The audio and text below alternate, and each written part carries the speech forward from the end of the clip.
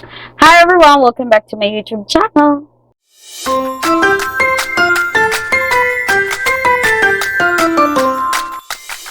So for today's vlog is mag-unbox tayo ng mga yung mga hygiene kit na in-order ko for the kids and other stuff na needed nila sa school.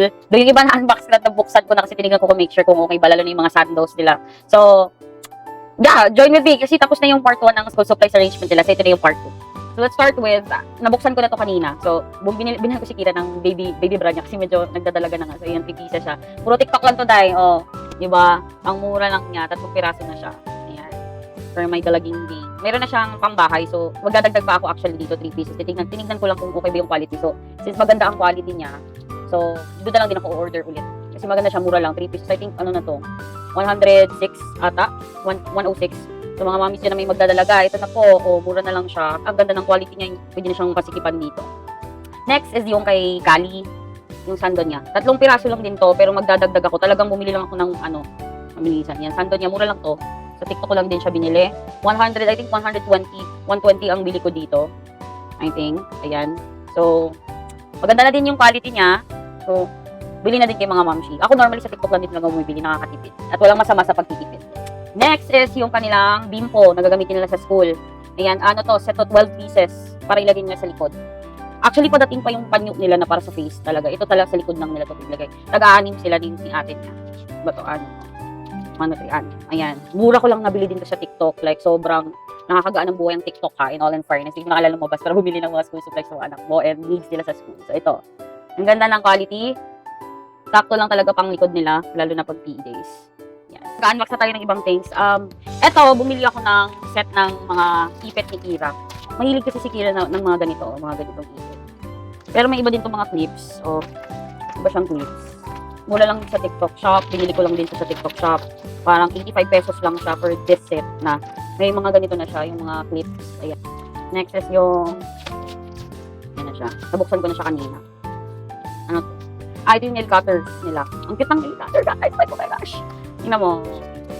Hindi nila nail cutter sa school. Actually, si Kari marunong namang nail cutter, pati si Kira. So, binilan ko na sila tag-iisa. Ayan.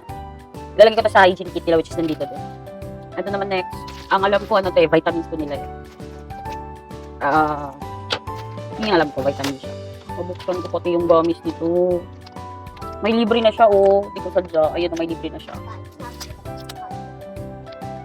And ito yon.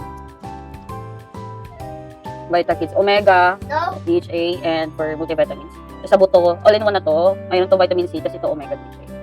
Guys, sobrang ganda nitong vitamins na to. You should grab it for your kids, lovies.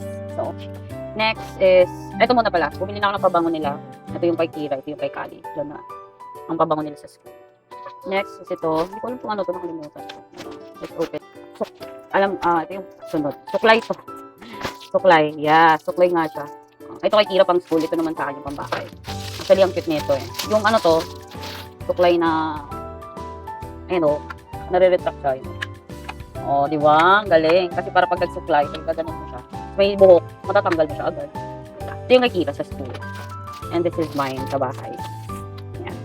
So cute eh. Last but not the least, ito. Ito ata yung hygiene kit na nabili ko. Padating pa lang pala yung mga pang-refill ko, yung alcohol, yung ano, ito, pang-una lang to, ito na siya, hygiene kit. Ito pang girl, ito ito pala pang boy, ito pang girl. So, yung laman ng hygiene kit nila, maliit lang to, sobrang liit. Parang pang basic needs lang talaga nila sa school. Yung lagay ng alcohol, alam ko may laman na din to eh. Oo nga, meron na siyang laman. Pero refillable naman siya. So, bumili na ako ng refill ito dumadating. Ayan. Yung parang, ano to eh, alam ko yung tawag nito yung towel, yung babasahin mo, tapos magiging towel siya. Next is yung kanilang soap. Soap nila sabon nila sa kamay. So cute, ayan. Tissue. Wet tissue. Bumili din ako wet tissue, yung refillable nila. And the other, alcohol pad, 2. And, ayan, mask, 2. Kasama na siya dito. Same lang siya dun sa para kay Kani. So, yun na nga guys. I think that will be all. Thank you so much guys for watching. Yun lang naman yung kulang sa kanila actually. So, kaya maiksi lang yung video. So, I think that will be all. Please don't forget to follow, like, and share and subscribe to our YouTube channel, TikTok account, and Facebook account. So, thank you so much. Bye-bye.